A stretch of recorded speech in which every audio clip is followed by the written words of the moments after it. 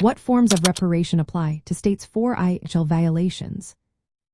Imagine a situation where innocent civilians suffer because of violations of international humanitarian law. What can be done to make things right? When a state breaches these laws, it has an obligation to repair the harm caused. The ways they can do this are called reparation measures. These include several key forms, each serving a specific purpose to address different kinds of damage. First, there is restitution. This means restoring the situation to what it was before the violation happened. For example, if property was unlawfully taken, the state should return it. If rights were revoked, they should be reinstated. Restitution aims to undo the damage as much as possible. Next comes compensation. Sometimes, restitution isn't enough, especially if the damage is irreversible. Compensation involves paying money for harm that can't be fixed by returning property or rights. This can cover physical damage like destroyed buildings or lost earnings, as well as moral damage such as pain and suffering. The amount is usually calculated based on the extent of the harm. Rehabilitation is another important form. It focuses on helping victims recover physically and psychologically. This might include medical treatment, psychological counseling, legal aid, or social services. The goal is to support victims in rebuilding their lives after suffering harm. Satisfaction is a different kind of reparation.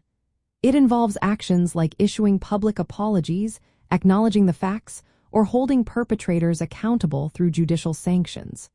Sometimes, victims need recognition and dignity restored, which satisfaction measures provide. It also includes commemorations or memorials to honor those affected. Finally, guarantees of non-repetition are essential. These are steps taken to prevent future violations. They can include legal reforms, training armed forces on IHL, and strengthening accountability systems. These measures aim to ensure that similar harm does not happen again. All these forms of reparation should be timely, adequate, and proportional to the harm caused. States are responsible for providing reparations not just to individuals but also to groups or communities affected. They can do this through national programs or international mechanisms.